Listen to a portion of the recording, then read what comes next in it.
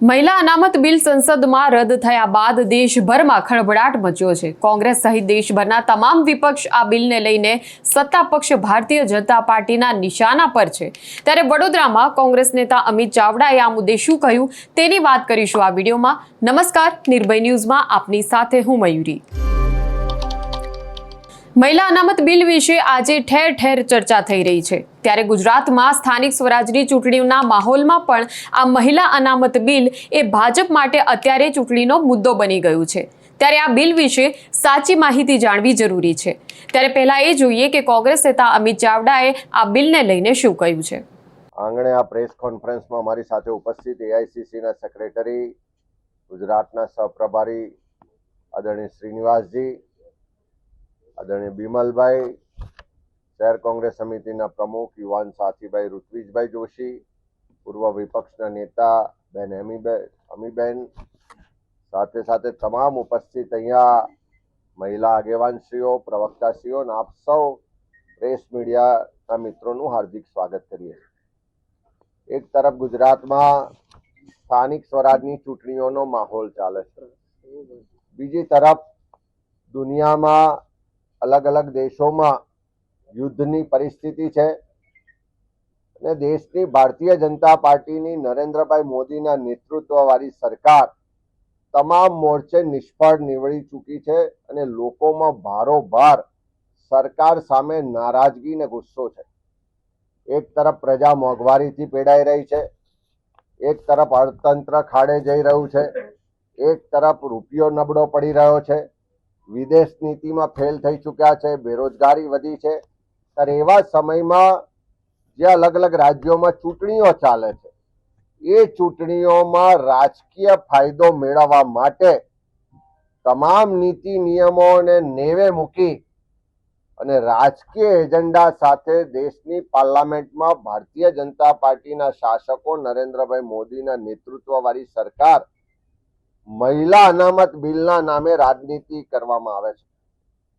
મહિલા અનામતની વાત કરવામાં આવે પણ એમની નીતિ અને નિયતમાં ખોટ છે એ હવે આખો દેશ અને દુનિયા જાણી ગઈ છે અને ઉલટાનું કોંગ્રેસ પાર્ટી પર આરોપ લગાવવાની વાત કરે એના માટે આખા દેશમાં પ્રેસ કોન્ફરન્સો, મીડિયા અને બાકીના પ્લેટફોર્મ પર એક એવો માહોલ ઊભો કરવામાં આવે કે જાણે ભારતીય જનતા પાર્ટી મહિલાઓની હિતેચ્છુ છે, હિતરક્ષક છે અને બાકીના વિપક્ષો મહિલા વિરોધી છે। પણ સાચી હકીકતો જ્યારે આ દેશનો ઇતિહાસ જોઈએ ત્યારે આપણે બધાને મળી શકે છે કે આ ભારતીય રાષ્ટ્રીય કોંગ્રેસની વિચારધારા કે જેણે કોઈ રાજકીય એજન્ડા સાથે નહીં પણ દેશમાં બધાને સમાનતાનો અધિકાર મળે, સામાજિક રાજકીય રીતે ક્રાંતિ થાય, દેશ આઝાદ થાય, એટલા માટે ભારતીય રાષ્ટ્રીય કોંગ્રેસની સ્થાપના થઈ। લાંબી આઝાદીની લડાઈ લડવાનું નેતૃત્વ પણ કોંગ્રેસના નેતૃત્વએ કર્યું। દેશને આઝાદી અપાવવામાં પણ સૌથી મોટો રોલ કોંગ્રેસ પાર્ટીનો રહ્યો અને જ્યારે મહિલા સશક્તિકરણની વાત આવે, નારી સન્માનની વાત આવે, મહિલાઓને ભાગીદારીની વાત આવે ત્યારે સૌથી પહેલું જો શરૂઆત કરી હોય તો 1925માં સરોજિની નાયડુજીને પ્રેસિડેન્ટ બનાવી અને કોંગ્રેસ પાર્ટીએ મહિલા સશક્તિકરણ, મહિલા નેતૃત્વ અને મહિલાની ભાગીદારીની શરૂઆત કરાવી। એ પહેલા પણ અનેક એના દાખલા છે, એની બેસન્ટથી લઈને ઘણા બધા દાખલા છે। દેશ આઝાદ થયા પછી પણ જ્યારે જ્યારે શાસન આવ્યું ત્યારે મહિલા સશક્તિકરણ માટે, મહિલાઓના સન્માન માટેના કાયદા કાનૂન લાવવામાં આવ્યા। દેશના પ્રથમ મહિલા વડાપ્રધાન ઇન્દિરા ગાંધીનું નેતૃત્વ આખી દુનિયાએ માનવું પડ્યું। પ્રથમ મહિલા રાષ્ટ્રપતિ પ્રતિભાતાઈ પાટીલને પણ કોંગ્રેસ પાર્ટીએ નેતૃત્વ સોંપ્યું અને સાથે સાથે જ્યારે સ્વર્ગસ્થ વડાપ્રધાન રાજીવ ગાંધીજીને યાદ કરીએ, મહિલાઓના સશક્તિકરણને રાજકીય સહભાગીદારીતાની વાત કરીએ તો રાજીવ ગાંધીજીનું વિઝનરી નેતૃત્વ હતું કે જેમણે દેશની 50% વસ્તી એટલે કે આધી આબાદી મહિલાઓ, જે મહિલાઓ ઘર સારી રીતે ચલાવી શકે, કુટુંબ પરિવારને વ્યવહાર સારી રીતે ચલાવી શકે, એ મહિલાઓ વહીવટ પણ સારી રીતે સ્થાનિક સ્વરાજની સંસ્થાઓમાં કરી શકે એવી ચોક્કસ દ્રઢ માન્યતા, વિચાર અને વિઝન સાથે રાજીવજીના નેતૃત્વમાં સ્થાનિક સ્વરાજની સંસ્થાઓમાં 33% મહિલા અનામતની શરૂઆત થઈ.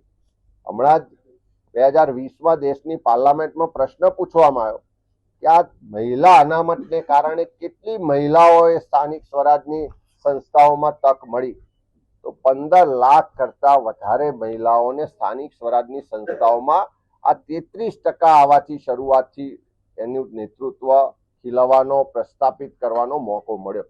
આજે પણ આપણે ધીમે ધીમે 33%થી વધતા ગુજરાત સહિત અનેક રાજ્યોમાં 50% મહિલા અનામત, આજે ગ્રામ પંચાયત હોય, તાલુકા પંચાયત હોય, જિલ્લા પંચાયત હોય, નગરપાલિકા હોય કે કોર્પોરેશન હોય, આ બધી જ જગ્યાએ મહિલા અનામતનો વિચાર અને એના માટેનો દ્રઢ નિર્ધાર જો કોઈએ કર્યો હોય તો રાજીવજીના નેતૃત્વમાં કોંગ્રેસ પાર્ટીએ કર્યો.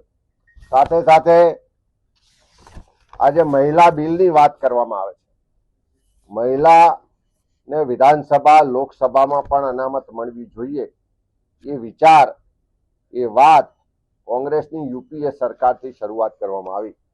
કોંગ્રેસની સરકારે પણ એ વાતને, વિચારને આગળ વધાર્યો અને જ્યારે સરકાર બદલાયા પછી પણ 2023માં જ્યારે દેશની પાર્લામેન્ટમાં આ બિલ લાવવામાં આવ્યું મહિલા રિઝર્વેશન માટે, ત્યારે પણ કોંગ્રેસ સહિત તમામ વિપક્ષી પાર્ટીઓ એકજૂટ થઈ અને દેશની મહિલાઓને વિધાનસભા, લોકસભામાં પણ અનામત 33% મળવી જોઈએ એ વાતનું સમર્થન પણ કર્યું અને સર્વાનુમતે બિલ પસાર કરવામાં આવ્યું. પણ નરેન્દ્રભાઈ મોદીના નેતૃત્વવાળી સરકાર, એના બતાવવાના ને ચાવવાના દાંત જુદા હોય, એ જ રીતે એની નીતિ ને નિયતમાં ખોટ હતી. 2023માં બિલ પસાર કર્યું હતું. કોંગ્રેસ પાર્ટી સહિત બધાએ માગણી કરી હતી કે તાત્કાલિક એનો અમલ કરવામાં આવે. ત્યારે વાત એમ કરવામાં આવી કે વસ્તી ગણતરી કરવાની શરૂઆત છે એટલે એના પછી કરવામાં આવશે, અનેક બહાના શોધી અને એને વિલંબ મૂકવામાં આવ્યું. આજે સ્પેશિયલ પાર્લામેન્ટનું સેશન બોલાવીને બિલ ફરી રજૂ કરવામાં આવે છે, પણ એ બિલની મહિલા અનામતની આડમાં એમનો ઇન્ટેન્સ, જેમની મનસા હતી કે ડિલિમિટેશન કરવામાં આવે એટલે કે સીમાંકન કરવામાં આવે, એમના રાજકીય એજન્ડાના ફાયદા મુજબ સીટોના વિસ્તારો નક્કી કરવામાં આવે, એની સંખ્યા વધારવામાં આવે અને એનાથી રાજકીય લાંબા ગાળાનો ફાયદો લેવાનો પ્રયત્ન પણ થયો. સાથે સાથે જ્યારે આ બિલની ચર્ચા થઈ, આપણે બધાએ પાર્લામેન્ટમાં જોયું, ક્યાંય પણ એમની એવી નીતિ કે નિયત ના દેખાય કે એમને સાચા અર્થમાં મહિલા અનામત બિલ પસાર કરી અને તાત્કાલિક એને અમલ કરાવો. કોંગ્રેસ પાર્ટીનું પહેલેથી સ્ટેન્ડ હતું કે 2023માં તમે જે બિલ પાસ કર્યું છે એ બિલનો અક્ષરે અક્ષર આજે જ અમલ કરાવો. કોંગ્રેસ સહિત તમામ વિપક્ષી પાર્ટીઓ તમારી સાથે છે, પણ એમણે બિલમાં સાથે સાથે સીમાંકનની વાત મૂકી, સાથે સાથે સીટો વધારવાની વાત મૂકી અને આખા ગૃહને પણ ગેરમાર્ગે દોરવાનો પ્રયત્ન કર્યો અને આખા દેશને, દુનિયાને પણ ગેરમાર્ગે દોરવાનો પ્રયત્ન. પણ જાગૃત વિપક્ષે એકજૂટતા દાખવી અને એમની જે મનસાઓ હતી, એમની જે મેલી મુલાદ હતી, એ બર આવવા ના દીધી ને બિલ પસાર થયું નહીં. ખાસ કરીને આજે જ્યારે આખા દેશમાં ભારતીય જનતા પાર્ટી કોંગ્રેસ સહિત વિપક્ષોને બદનામ કરવા નીકળી છે, ત્યારે આ ગુજરાત, જે આ ગાંધી સરદારનું ગુજરાત છે ને આપણા ગુજરાતમાંથી વડાપ્રધાન નરેન્દ્રભાઈ ગયા છે, તો એમણે ગુજરાતની મહિલાઓની ક્યારે ચિંતા કરી? અહીંયા મુખ્યમંત્રી હતા ત્યારે કહેતા હતા કે કંઈ પણ તકલીફ પડે તો 50 પૈસાનો પોસ્ટકાર્ડ લખજો, તમારો ભાઈ ગાંધીનગરમાં બેઠા છે.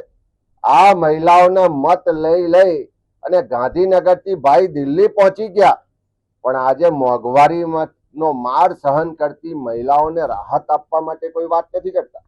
આજે ઘર ચલાવવું મુશ્કેલ છે, બાળકો ભણાવવા મુશ્કેલ છે, આજે ગેસનો બાટલો 1100 રૂપિયામાં મળે છે, એમાં રાહત આપવા માટે ક્યારે એક શબ્દ નથી બોલ્યા. મહિલા સન્માન ને સુરક્ષાની વાત કરે છે. શું મણિપુર જેવું રાજ્ય આપણા દેશની સરહદોની અંદર નથી? આપણો ભાગ નથી? ત્યાં મહિલાઓને નગ્ન કરીને રસ્તા પર દોડાવવામાં આવે, એની પર ખુલ્લેઆમ બળાત્કાર કરવામાં આવે, પાશવી રીતે અત્યાચાર કરી અને એની હત્યાઓ કરવામાં આવે ત્યારે એક શબ્દ પણ આ વડાપ્રધાન પણ ના બોલ્યા કે એમની સરકારનો એક પણ મંત્રી પણ ના બોલ્યો.